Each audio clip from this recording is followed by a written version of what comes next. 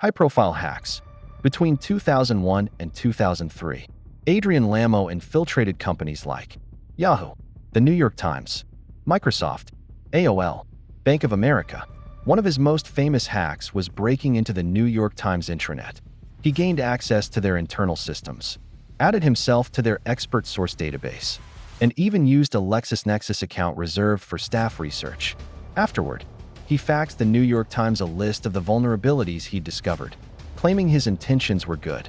But not everyone saw it that way. Legal trouble and arrest. In 2003, the FBI finally caught up with Adrian Lamo. He was charged with computer crimes related to his unauthorized access to the New York Times and other networks. In 2004, Lamo pleaded guilty to one felony count of computer crime. He was sentenced to 6 months of home detention, 2 years of probation, a fine of $65,000. Compared to other hackers, his sentence was relatively light, perhaps because he had cooperated and claimed he never intended to cause harm. But the plea deal marked the end of his hero hacker image. After the sentencing, Lamo largely disappeared from the hacking scene until 2010, when he made headlines again for a very different reason: the Manning controversy. In early 2010, Adrian Lamo was contacted by Chelsea Manning, then known as Bradley Manning, a 22-year-old U.S. Army intelligence analyst who was stationed in Iraq. Over a series of online chats, Manning confided in Lamo, revealing that they had leaked hundreds of thousands of classified documents to WikiLeaks. These included diplomatic cables, war logs from Afghanistan and Iraq, the now infamous collateral murder video showing a U.S. military helicopter killing civilians in Baghdad. Manning trusted Lamo, thinking he was a fellow outsider who would understand. But instead, Lamo made a decision that shocked the hacker community. He turned Manning in to U.S. authorities. Lamo claimed he had no choice, that the information Manning had leaked could put lives at risk. He said it wasn't about politics, but about protecting people. Others saw it differently. To many in the hacking and transparency communities, Adrian Lamo was a traitor. They viewed his actions as a betrayal of hacker ethics and whistleblower protection. Overnight, he went from being a misunderstood genius to a pariah in the very community that once admired him. Life after the Manning incident.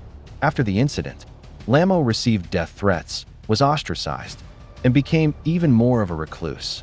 He struggled with mental health issues and substance abuse. He spoke openly about being bipolar and feeling isolated.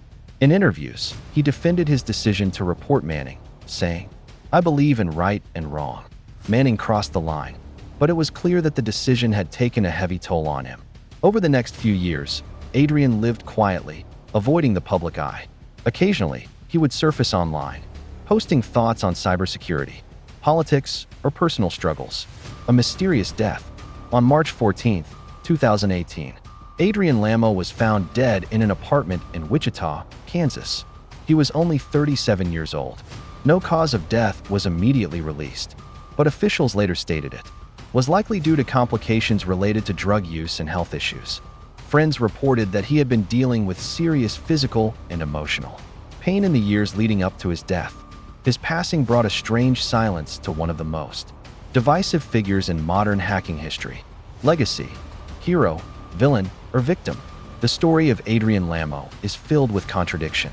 To some, he was a brilliant hacker who used his skills for good. To others, he was a narcissist who betrayed one of the biggest whistleblowers of our time. And to many, he was simply a troubled man, caught between ethics, law, and loneliness. In the end, Adrian Lamo lived and died as an outsider, a man whose greatest gift may also have been his greatest curse. His story reminds us that in the digital world, the lines between hero and villain, freedom and danger, are often blurred.